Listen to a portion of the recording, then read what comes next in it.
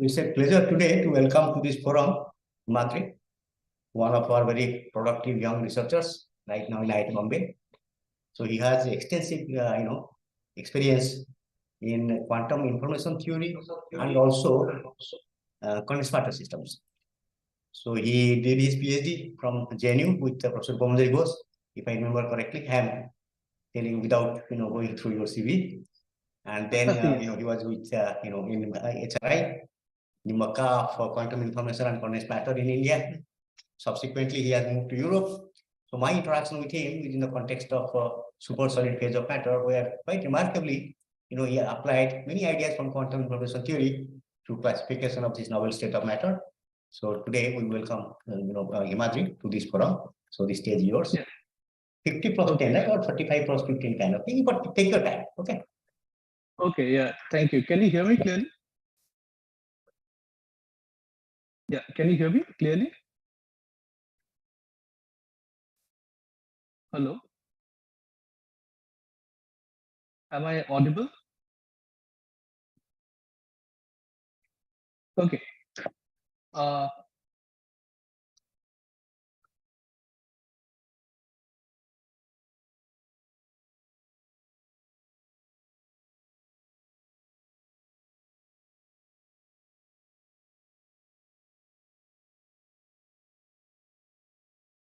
Yeah. Okay, can everyone see my screen? Then I'll start. Hello, sir. Yeah. We cannot hear you, actually. You cannot hear me? No. Can Yes. Please speak again. Can you hear me now? Yes. Clear. Okay. Yeah, so I would like to thank Professor Panigrahi and also the organizers at IISER Kolkata for this wonderful annual event that you have. And it's actually a brilliant opportunity for young scholars to come and attend some nice, interesting talks on ongoing research, and also an opportunity for young people like me to come and present my work. Okay, so today what I'm going to talk about is how you can transfer and protect information in hybrid systems. And I'll begin my talk with an introduction to what are hybrid systems. And a part of this talk is something I had presented earlier in one of the QIQTs. So I'll refresh some of that and present some of the new results that we have in this particular field. But what I'm trying to do is I'm trying to introduce this entire topic, and I hope it will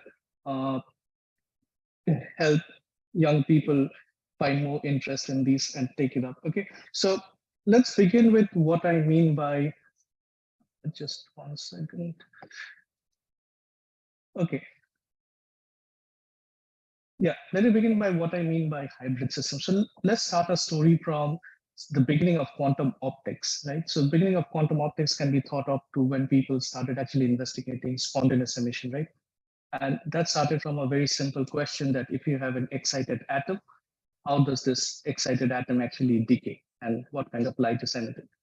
And it was Weisskopf and Wigner who had to come up with a complete quantum theory where they showed interaction with the vacuum modes and vacuum fluctuations, which allowed an excited atom to spontaneously decay and then emit a light that is a Lorentzian around the transition frequency of this particular atom. And that was the first instance in which you really needed to, in some sense, think of a quantum light in some sense. So that was the first birth of quantum optics was through spontaneous emission.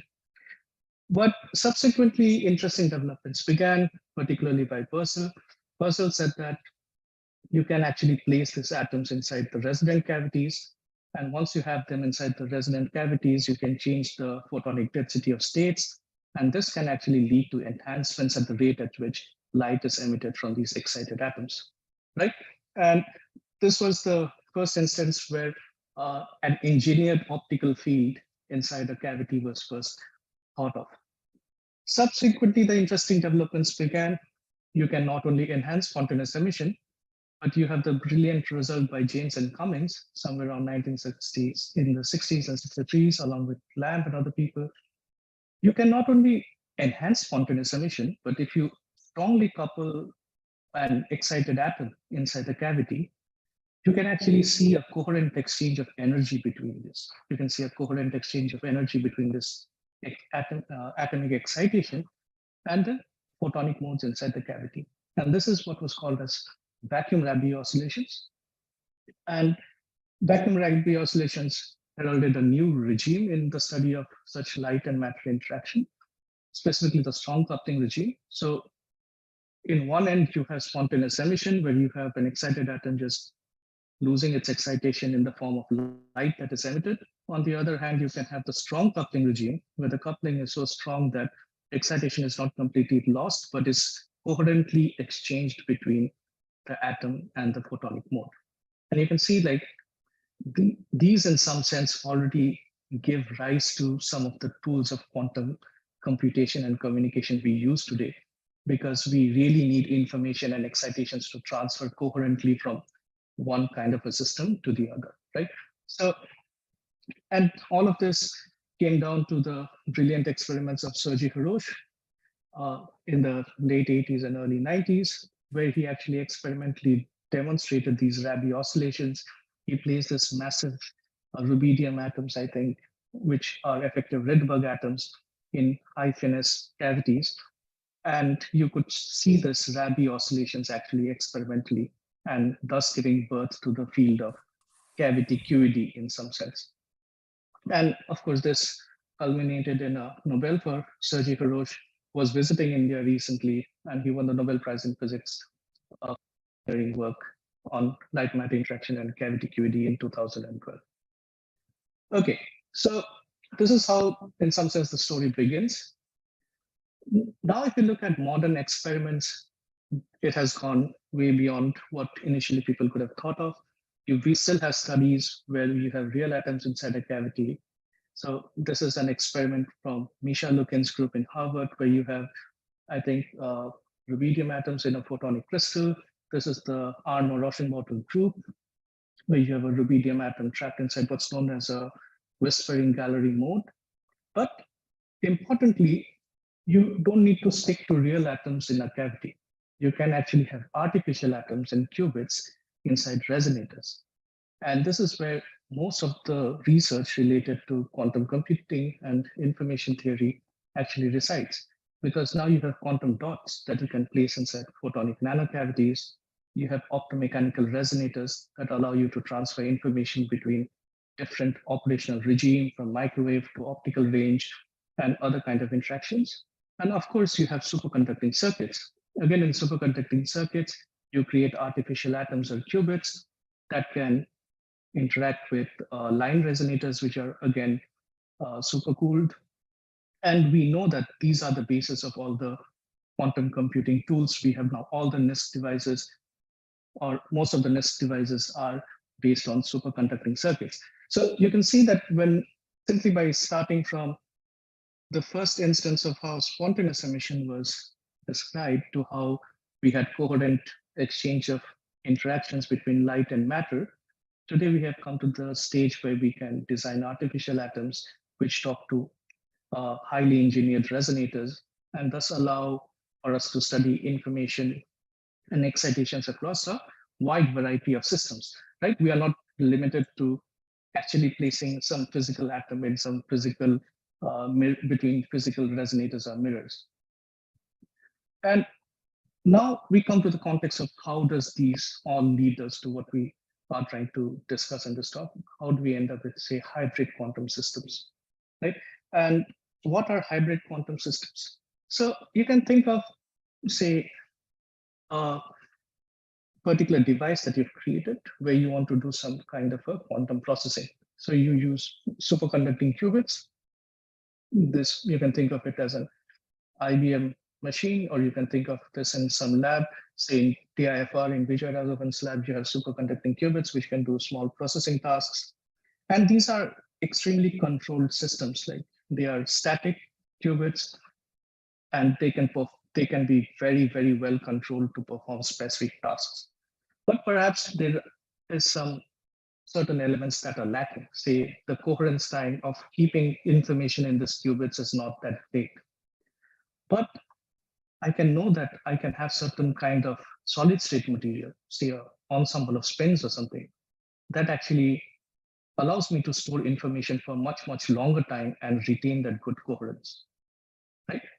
So now I would think, how can I couple this processor to some kind of a memory element like this, so that I can do the processing part in the superconducting qubits, but I can store this information in some memory element. Okay, and then you can have a quantum bus, say a superconducting microwave resonator, that actually couples these memory elements with your processor. So you can see we've taken elements from very different sources, materials which otherwise you would not think would function together in a single unit. But we've taken advantages that they themselves have and put them together to create something that is hybrid in nature, and it's also synergistic. They complement each other and they perform certain goals better. So in this case, you can think the processor or the superconducting qubit is brilliant for doing the processing, can be perfectly controlled, but maybe the coherence is not great. Whereas the solid state ensemble is very difficult to control and do processing, but it is so stable, it will allow you for higher coherence, and you can connect them all through some kind of a microwave resonator, right? So different elements come together and then they create a single unit to do a particular task. So what kind of tasks can be done? So this is one example similar to the one we have discussed earlier. You have a qubit, you have something called a nitrogen vacancy center, or a diamond with defects in it, which serve as a solid state spin ensemble, which can act as a quantum memory.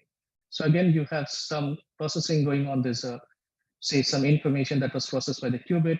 It can be transferred to the diamond where it is stored and then released after a certain time. So it can act as a quantum memory. You can also have things like optical transducers. Again, in this case, you have, let me see. Okay. Yeah, again, in this case, you can have a superconducting qubit, and the superconducting qubit is connected to an optical cavity and also connected to an optomechanical system like a membrane. And this actually allows you to convert certain microwave excitations into the optical range and vice versa, right? So bringing together, again, elements of working in very different regimes, you can create some kind of a transducer or some kind of task. You can extend this to other ideas. This is another information processing task you can perform. Here we have a superconducting qubit, but instead of an NV center, we have a magnon. So magnons are these magnetic waves which can be quantized. So here you're using an yttrium iron garnet sphere, and this gives rise to these magnonic modes. And this magnonic modes can then interact with the superconducting qubit via the microwave cavity. And you can use this for various information processing tasks. You can also have, say, creating entanglement between two distant qubits using something like a plasmon waveguide or something. So here you have a plasmon waveguide, two qubits in the end, and you can have distant entanglement being created between the things. So the rough idea is you can take physical systems which are different in the way they function in their operational regimes, but you can bring them together and couple them to do a coherent task that gives you benefits which you would not have got if you were just working with the individual units. And that is the idea of why you need to work with hybrid quantum systems. And one of the some examples of hybrid systems that are based on spin ensembles are, you have rare earth spin ensembles.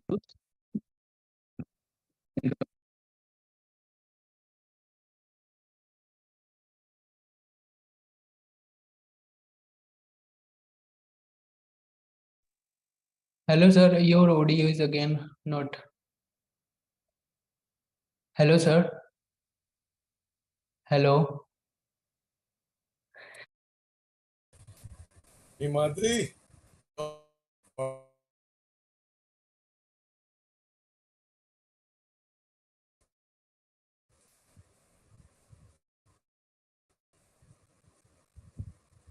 Himadri.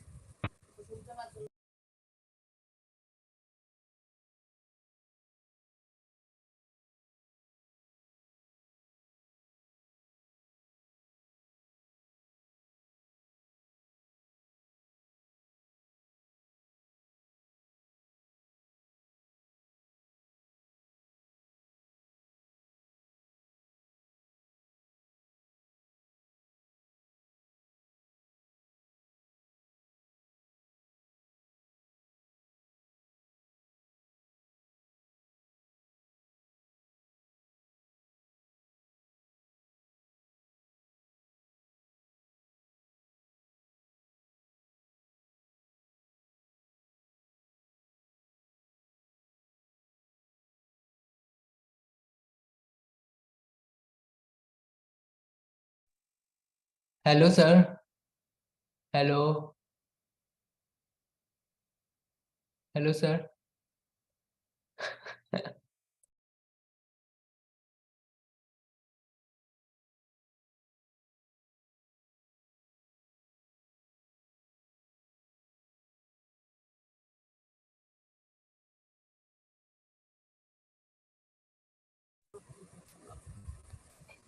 Hello, sir. Hello. Himadri, can you hear me?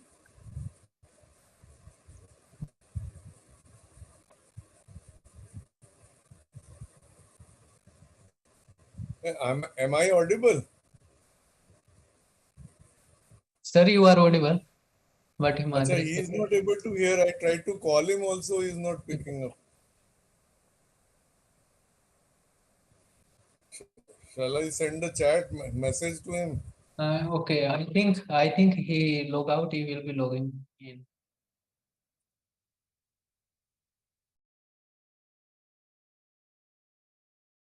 Wait for a few seconds.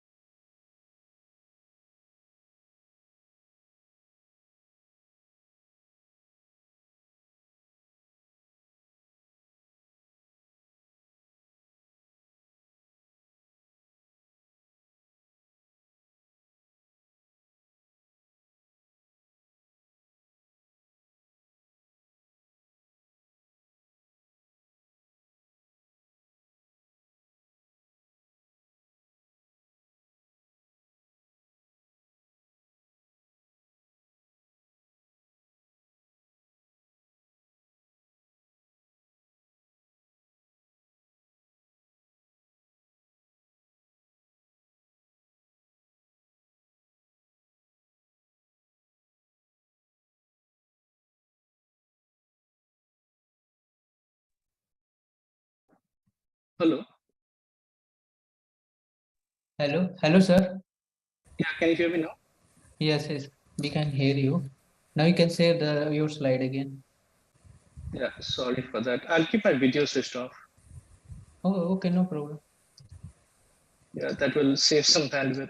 Yeah. I think a few slides, just go down a few slides and then start from there. Okay. Thanks, Roshish. Yeah, I'm not able to share actually. You will be now. Yeah, okay.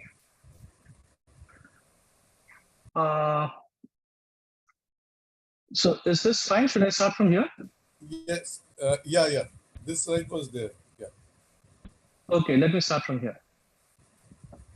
Yeah, so, okay, yeah, sorry for this. I'm not sure what's happening to the internet. Yeah, okay, can you hear me now, right?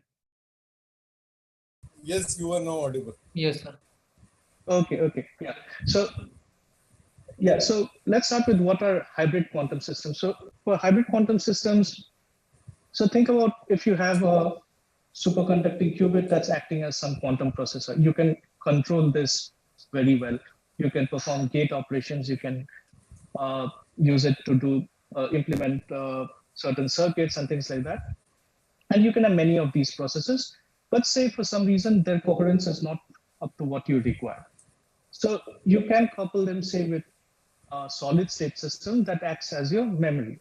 So in this case, your solid state system could be an ensemble of spins.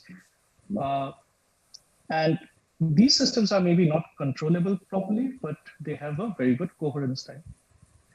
And you can couple all of them, say, through a quantum bus, which is a microwave resonator that basically couples your superconducting qubits and your ensemble of spins. So the main idea is you can get different physical systems which have different properties, and you can couple them to do some work that is synergistic or complementary in nature. So you get advantages which you would not have got if you were working with each of these elements alone. Right?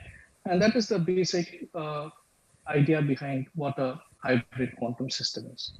So let's look at some specific examples.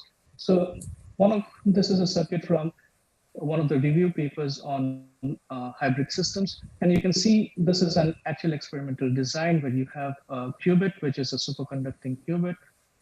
And then you have a nitrogen vacancy center. And this nitrogen vacancy center actually acts as your memory element because it stores the information that's released from the superconducting qubit. And then they are all coupled by a quantum bus. So this quantum bus actually mediates the information between the qubit and the diamond in this instance, right? You can also think of something like optomechanical transducers. So in optomechanical transducers, again, you can think that there's a superconducting qubit, but now it's connected to an optical cavity and an optomechanical element like a membrane. So what this does is the optical cavity and the membrane, they suppose work in two different operational regimes, and they allow you to actually convert microwave photons to say optical range photons. So they allow you to convert information coming in one particular energy scale to some other energy scale. And this can be done by some processing that's also done in the superconducting qubit. There are other examples of hybrid quantum systems. In this particular thing, you can see there is a superconducting qubit again. And you have a magnon here, which is a deuterium iron garnet sphere. And they are all placed inside this copper microwave cavity.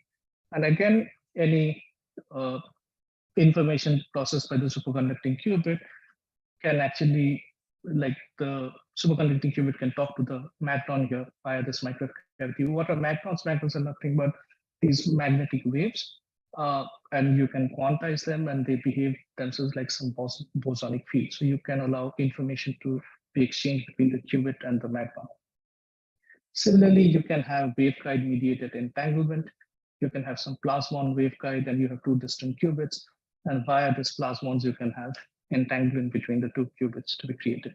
So essence of hybrid quantum systems is you essentially take physical systems that independently perform certain tasks, but you can bring them together to optimize the overall performance of the system. So in one part, you don't have enough coherence, but better control.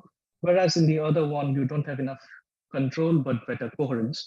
And you can actually bring them together to operate in a regime such that you get very good control of the qubit and information, as well as very good coherence for storing the information for certain periods of time. So that is the basic crux of why hybrid quantum systems are used.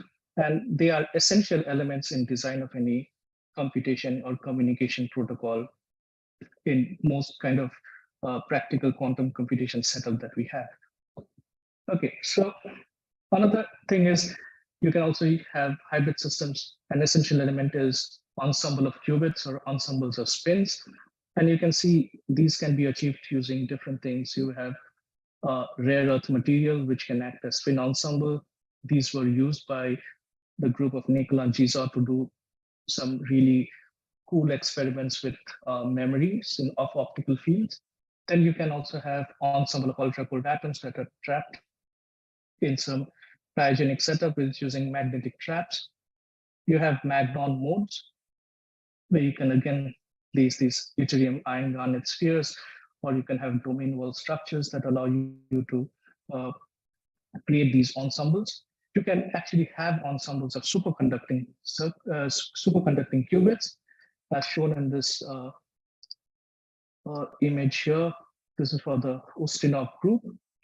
And of course, you can have defects in diamonds. So these small, tiny defects in diamonds can act as artificial atoms, and these are called nitrogen vacancy centers inside the diamond. And there are several groups working on this. These are some of the few names I just mentioned. There are many eminent groups working on different aspects of these hybrid systems. Okay, so what is the main task that we have is, so the work that we do in our group is mostly theoretical work, and one of our main aim is to come up with operational regimes that allow you to perform certain tasks using light matter interaction, especially in the context of hybrid quantum systems, right? And the reason we want to do is we want to optimize at what operational regimes you can push the system or engineer the system in a way so that certain tasks are done a bit more efficiently or certain kind of operations can be performed, right? And for this, we start with the basic element that is all the way back to James Cummins, who gave us the very preliminary structure of how light could talk to matter. We start with the James Cummins Hamiltonian. And from this, we build on slowly to see how you can study these systems in different operational regimes. So yeah, just one note, if you, I hope you can still hear me. Like if the connection is lost, just let me know, please, via chat or something.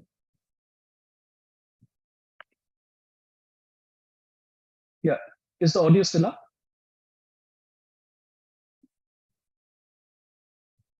Yes. Okay.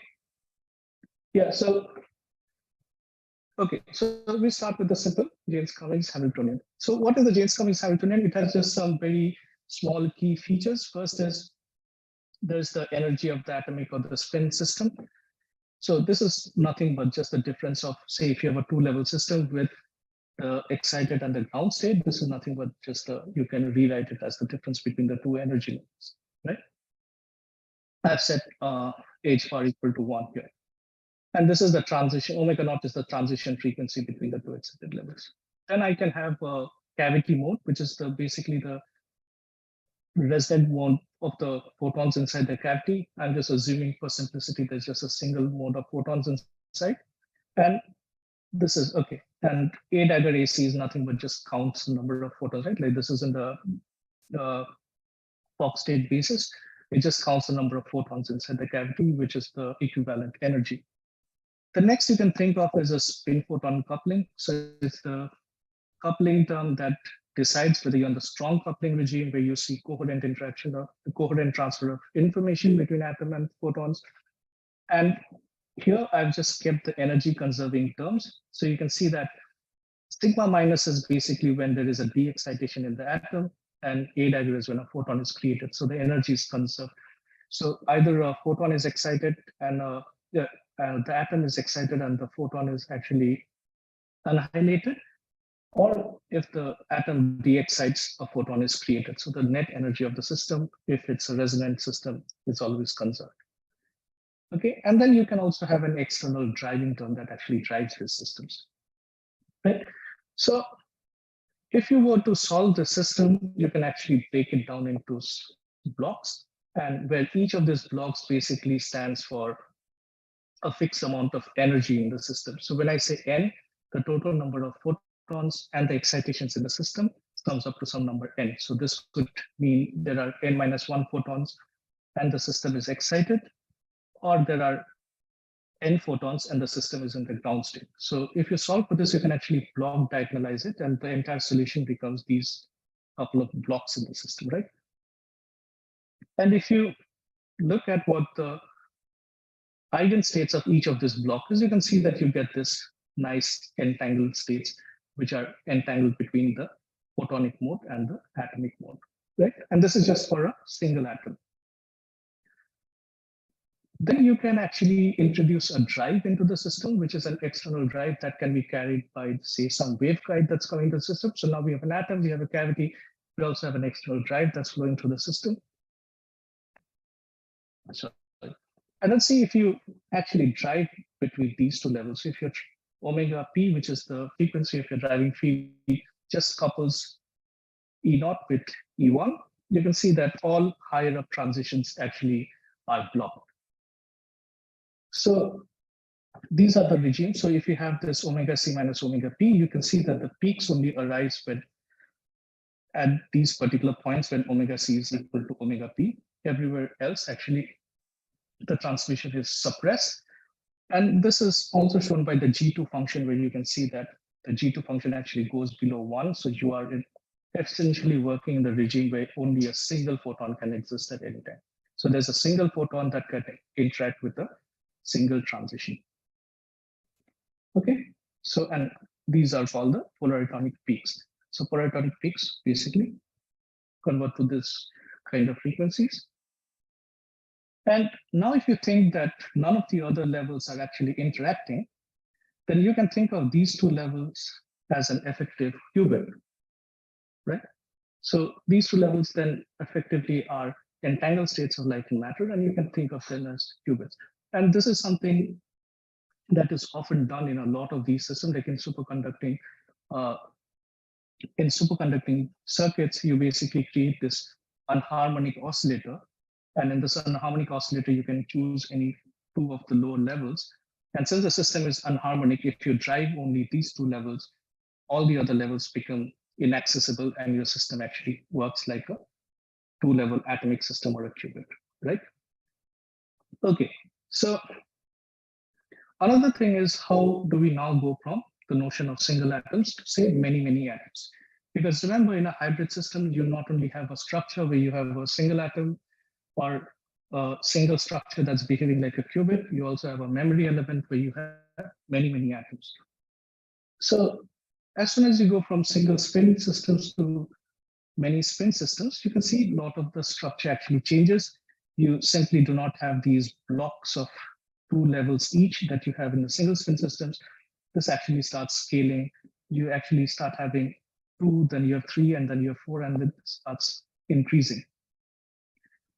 And if Nmax is greater than 1, the energy levels become actually very, very different. Okay, this is apparent from the energy level diagram here. And one interesting thing is, as you start moving up in the system, you can see if N is a very, very large number, then the anharmonic structure that we had here, like these are not the same as this and the higher things.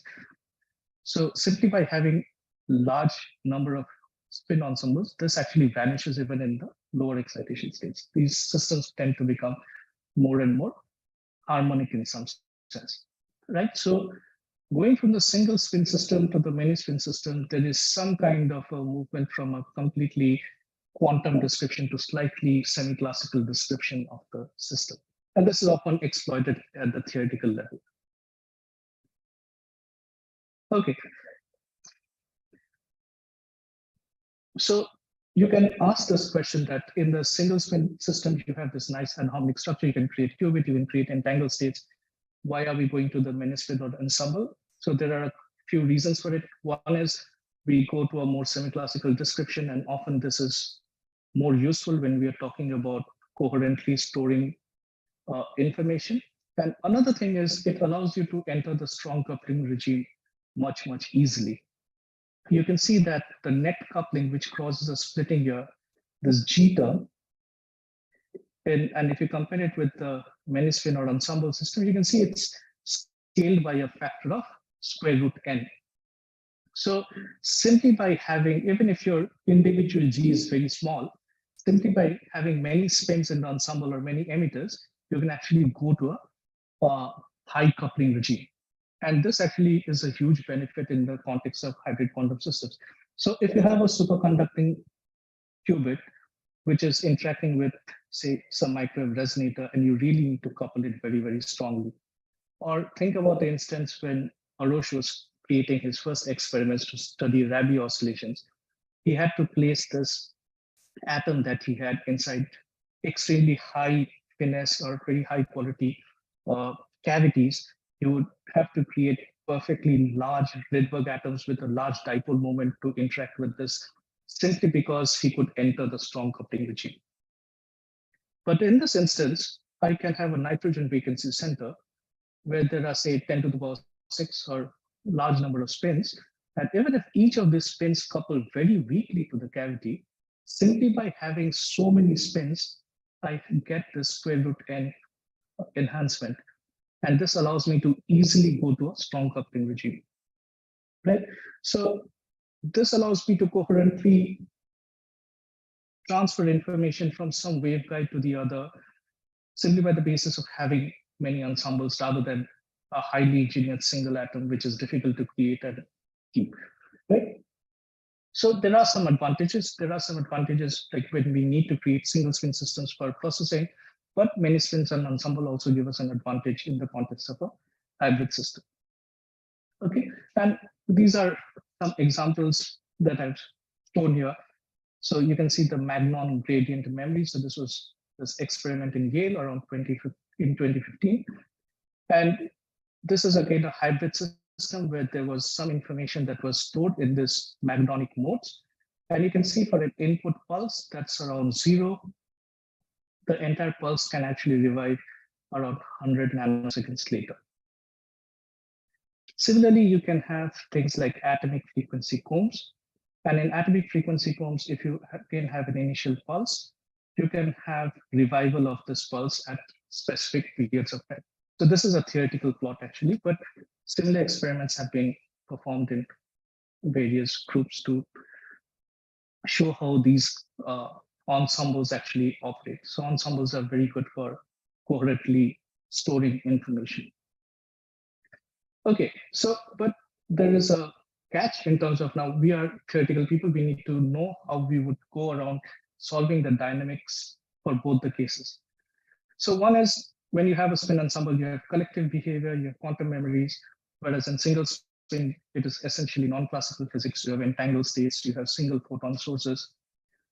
And while the spin ensemble lives essentially in the semi-classical border, you can use Maxwell block equations, you can use semi-classical rate equations. For single spins, you essentially need to solve the Schrodinger equation to exactly know how the system is performing. So one interesting regime is the mesoscopic regime. So in the mesoscopic regime, you can actually go to a higher number of collective spins, but instead of going to such a large number where all of the quantumness is, can you go to a smaller number of spins or smaller number of emitters in which the non-classical part is still preserved, right? And that is the idea. So now you can have a hybrid system where you have ensembles or elements which can in principle work in different regimes in terms of how much of non-classicality it can contain in any given moment, right? So we can again think about how we would go around solving mesoscopic or macroscopic regimes. First is from the Jaynes-Cummings Hamiltonian, we move on to the Tavis-Cummings Hamiltonian. So Tavis-Cummings Hamiltonian is nothing but the Jaynes-Cummings Hamiltonian, but for n number of emitters. Okay, so n here can range from really large numbers, which will take us to the semi-classical macroscopic regime, to some smaller number, which will give us a mesoscopic regime, to n equal to 1, which will just give us the single atom picture. And you can see if this entire system is connected to different other elements, you can't just solve the Schrodinger equation. You actually have to solve the Lindblad equation of motion for the open dynamics. So in this Lindblad equation, you have the coherent dynamics governed by the Hamiltonian, but we assume that there are also losses of the photons, like you lose photons from the cavity at a certain rate. We also assume that the atoms can naturally de-excite or spontaneously emit outside your operational regime. So with some rate gamma k, which causes loss to the overall coherent dynamics. So in principle, if you were to solve the system exactly, you need to go to an extremely large Hilbert space. So this is basically 4 to the power n, because instead of solving for the wave function, you need to solve for the density matrix. And NC, if you limit your cavity to NC number of box states, then you basically have to go to, instead of square, you have to go to the power 4 of this. So you can see for n equal to large, this is basically a huge number, right? So you can't simply like open your laptop and write a code to diagonalize these Hamiltonians. That would not be possible unless you're working for certain specific systems where exact solutions are known. And in most driven dissipative systems that you have to deal with in the systems, there are no exact solutions around. So in the macroscopic regime, you can use semi-classical equations. And the first thing you do while using semi-classical equations is you can factorize all the correlations that develop between the photonic part and the spin part. So once you factorize this, you basically say, okay, let me assume that there are no correlations being developed between the photons and the atoms. And that is already a big thing to say. Like you are already saying, okay, let me just say there is no entanglement in the system. And for the ease, I just write down the rate equations for some of the observables, and see how the observables dynamically vary. And as we realized earlier, if n is seriously very large, your system becomes harmonic in some sense, and you are allowed to make these approximations. The semi-classical equation actually mimics the physical system very well. It tends to act very classically in some sense. But if you're in the mesoscopic regime, or for fewer number of atoms, say n equal to 10, 5, 2, or 1, you need to come up with different strategies in which you can actually solve them, because the semi-classical regime truly does not capture your system. So you need to think of, say, effective Hamiltonians in lower excitations, where you can throw away all the higher excitations and just work with a few states that are left. You can think of quantum trajectories. Quantum trajectories are a method in which you can solve a density matrix or a Lindblad equation, Lindblad-Master equation, instead using non-Hermitian dynamics. So it gives you a scaling by a factor of square root, like or you can use permutation symmetry. But permutation symmetry will only work if all your spins are assumed to be identical, which need not necessarily be the case in a spin ensemble. There could be inhomogeneity throughout the system. So what we work with is something known as a variational renormalization method. And this is similar to how people use techniques like DMRG, density matrix renormalization group, or matrix product states, or tensor networks. So most of these are used in the context of unitary dynamics, where you have a Hamiltonian and you want to find the ground state or some time evolved state. In our case, we want to apply this to the context of Lindblad equations or open quantum dynamics. And what is the idea behind this? So the main idea behind any variational renormalization group method is deeply rooted in quantum information theory and entanglement theory in some sense. So if you have quantum state, or if your system is governed by some kind of a unitary dynamics, and assume that this is a many-body quantum state, like it has a huge Hilbert space simply because of the large number of elements you have in it. So if your state is weakly entangled, simply by looking at the Schmidt decomposition of the system, we know that the state can actually be renormalized or rotated to a space that is much, much smaller. So what I mean is, if we look at any partition of the system, the Schmidt rank is never full because it's weakly entangled. Since the Schmidt rank is not full, you have a huge null space that you can actually throw away, and you can rotate the entire system only to the, say, the kernel of the system. And this kernel can actually be much, much smaller than the rest of the Hilbert space, right? So it's a much smaller space. And this is the underlying principle in all variational renormalization methods. So from DMRG to MPS to tensor network methods, wherever you have a state that is not highly entangled, you can always do a Schmidt decomposition or a singular value decomposition, and you can always transform this state to a Hilbert space that is much, much smaller. So we apply a similar technique in open dynamics for large superoperator space. So instead of studying the Hilbert space, we take the density matrices and map them to a larger superoperator space. And in this larger superoperator space, we can still again transform the entire state to a renormalized, truncated, smaller space, as only if the state overall is weakly correlated in some sense. So weakly correlated here is not the same in the semi-classical regime where we are throwing away all correlations. By weakly correlated, we mean like if you write down a Schmidt decomposition of the matrices, the Schmidt decomposition is not substantially high. It is within some regime, or the model dimension, effective dimension of the system is sufficiently small so that you can actually solve it in your computers. And this can allow you to go up to 100 to 200 or even slightly larger number of spins in the system, and perfect for solving mesoscopic systems. Okay, so how does it fit into the entire notion of hybrid systems?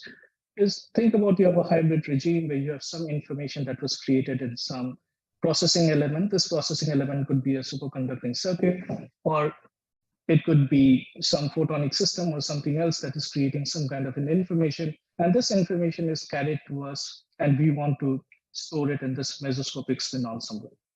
So at first, we look at a spectral frequency comb in which the spins are divided into certain specific frequencies. So in this region, we are in this mesoscopic region because we assume there are 105 spins which have these certain specific frequencies at each of these points. And we want to say that any information in the hybrid system, how well can we store it in such a spectral frequency comb? Okay. And this is something you can, again, create using superconducting ensembles. So this is a picture from the Johannes Fink's group in IST Austria, where they're actually trying to replicate this kind of a setup.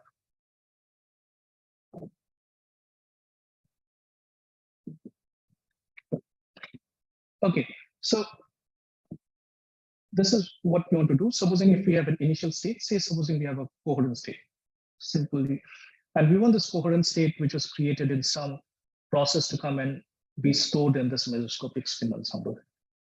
And at some later time, this actually comes out from the other side. Like there's the final carrier state which you can actually access at a later point. And you can see that the initial coherent state will actually change in some of its feature. Or you can think of a random superposition state. I've ignored the normalization here. And this superposition state and the coherence is actually stored inside the spin ensemble, and it comes out again after some. Or similarly, you can have a cat state and the cat state comes out. So my task here is to make sure that the fidelity of the output state in terms of the initial state, not only the photon number, but the phase qualities and everything actually is optimized such that this can actually be used as a proper, it can be used as a proper memory unit if needed. So let us look at how the dynamics of the system looks. Again, we use a renormalization, variational renormalization method to operate the entire thing. So this is the output that you get.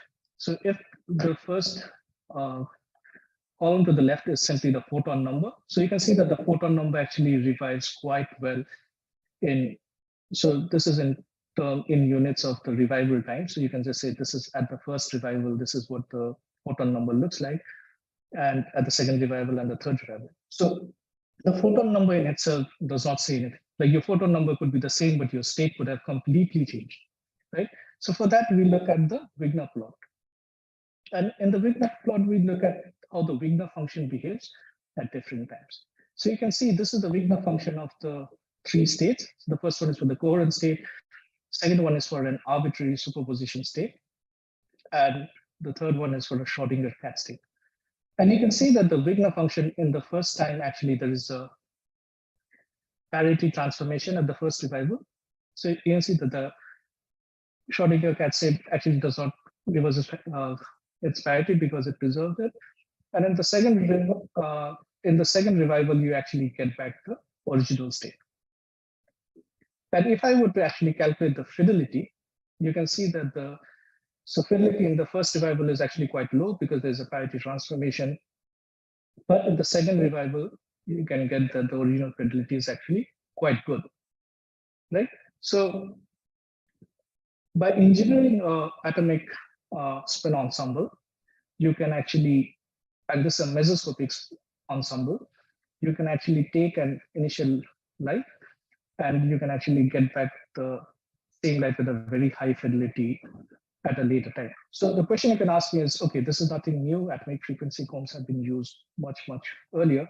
But imagine like most of the theory behind it, most of the theoretical studies that we would do would be based on semi-classical equations. And in semi-classical equations, the first thing you do is you separate out the correlations and essentially you assume that the light becomes a classical light. So as soon as you make a semi-classical approximation, you are in the regime where your atoms are quantized, but your light is classical in some sense. But here we are dealing with arbitrary superposition states, where the coherence of the light itself is intact. So this is working deep in the quantum regime. There is no semi-classical approximation image. All the coherences and everything are intact and are coming out on the other side. Right? So You can also improve the fidelity of the entire system. And how can you do that is you look at the atomic frequency comb and you look at how the coupling strength is actually is distributed between the different tooth of the comb. And you can see in the figure to the right, so this yellow to orange to green and blue and darker lines are basically this particular top that is being adjusted. So you can think of the figure here. And you can see as we play around with this coupling, you can see that I can actually achieve higher and higher fidelity. So there's an optimal shape of this coupling strength for the atomic frequency comb that gives me the best coupling. So, and why does this actually happen? So as you adjust the coupling strength of your atomic frequency comb, it actually controls how the spacing between the different energy levels in the spin ensemble actually changes. So you can see that high fidelity even at the fourth revival is obtained for this orange line or this reddish line out here.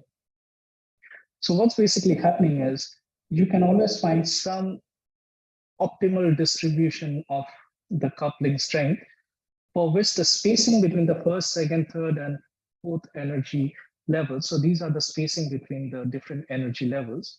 You can see they all become minimum. So what we're trying to do is by playing around with the, the coupling strength, we are trying to go to a regime where the energy levels are more equispaced so that the coherence is achieved in a much more synchronous manner. And this allows for you to obtain extremely high fidelities in your output. Right? So even though we are working deep in the quantum regime, you can engineer your spin ensemble in such a way that you actually get a very close coherent dynamics that allows you to get very, very strong revivals. Right? Okay, so there was the second problem. I'll try to go through it a bit quickly. I'm running out of time, but maybe I'll just spend 5 minutes on this. And this is a new result that we have, or something that we finished last year actually. So in the previous case, what we had is we had a very highly engineered mesoscopic spin ensemble, right? And by engineering it in a specific way, we could see that even if you have certain highly superposed or non-classical light, you can still store it for a certain amount of time and you can get a high fidelity output on the other side. But in general, supposing you're working with systems that do not necessarily have, that are not engineered, you just have some inhomogeneous distribution of the spins. As soon as you have inhomogeneous distribution of the spins, this inhomogeneity in itself will kill coherence in your system.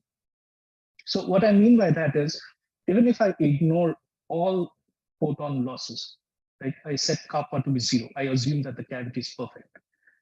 Simply because I have inhomogeneous broadening, you can do a quick analytical calculation and show this inhomogeneous broadening will actually lead to some decoherence. So what is this inhomogeneous broadening? Inhomogeneous broadening simply means that all the spins are not identical in terms of the transition frequency. Say there is some Gaussian. So just increasing the net coupling strength actually allows you to move forward. Or another thing that you can do is you can burn two holes at this particular. So use a laser and remove all the spins at these particular frequencies so that they don't participate in the interaction. And this is called a spectral hole burning method. But these two methods are quite difficult to implement. First is, once you have coupling, it is difficult to increase the coupling beyond a particular strength. And the second is, if you are burning holes using external lasers, you may actually destroy the ensemble at some sense, right? Like it could hurt your original hybrid system because you're using too powerful lasers to burn two holes in your entire distribution. So one way of doing this is you can use a parametric drive. So if this is your Tavis Hamiltonian, you can see that the drive is not a coherent drive. Now it's a parametric drive here. It's not the usual linear drive. So if you move this over to the squeezed frame, then you can see that the effective coupling actually increases due to the squeezing of the created by this parametric drive. So instead of just GK, which was the individual coupling, you actually have this exponential R term that enhances this coupling strength. And simply by doing this, you go from GK, so there should be a summation over all n here, sorry. So you go from GK to actually GK e to the power R. So by using this parametric drive, you can create an effective cavity protection effect in these systems. Okay, so now if you just look at it as for different R values, you can see that if R is negligent or absent, you can see that the excitations decay quite quickly. But as you increase R, you can see that the excitations are actually, the revivals are actually quite strong. So it starts behaving as if there is no effective loss in the system. So Rabi oscillations are effectively returned in the system by increasing the effective coupling or by increasing the parametric driving. Okay, and not only that, if you look at the Wigner function of any quantum state, so this is, I think, a cat state that was encoded in the system. So if you look at the cat state, and there is no engineered ensemble like in the previous case, here is just some random inhomogeneous ensemble. And if you start with the cat state, so if you look at B, this is the original cat state. And I think this is a cat state or some highly quantum state, some superposition state of in the fourth number basis. You can see that without the driving, you just get just the single bright spot out and nothing else. But as you increase the driving, you can see that the original fidelity is restored quite a bit, and even the Wigner function actually looks quite similar. Okay, so in conclusion, so light matter interaction and hybrid systems, they play a significant role in quantum protocols, from single photon sources to quantum memories. So they are the cornerstone of modern quantum computation and communication devices. They're user-efficient memories. Quantum communication, there's a lot of work going on in error correction using collective states. And the interesting part of this is not limited to any single physical system. You can take the ideas and you can bring different elements, different physical systems, and try to make them talk to each other and come up with interesting devices that are important for quantum computation and communication. Yeah, so with that, thank you everyone for your attention, and apologies for the poor internet. Okay, thank you very much, Himadri, for that interesting talk. We have kind of exceeded our limit, but maybe a single question could, if there is one question we can entertain. Anybody, please feel free. Sir, I have a question. Yes, please go ahead. Sir, the ensemble that you are considering, the spin ensemble, so is that an atomic spin ensemble or artificial atoms spin ensemble? So so for the work that we considered, it is actually neutral to what system you take, but some of the parameters I've used, like the parameter regimes I've used, are closer to nitrogen vacancy centers. Okay. So suppose sorry. Go on.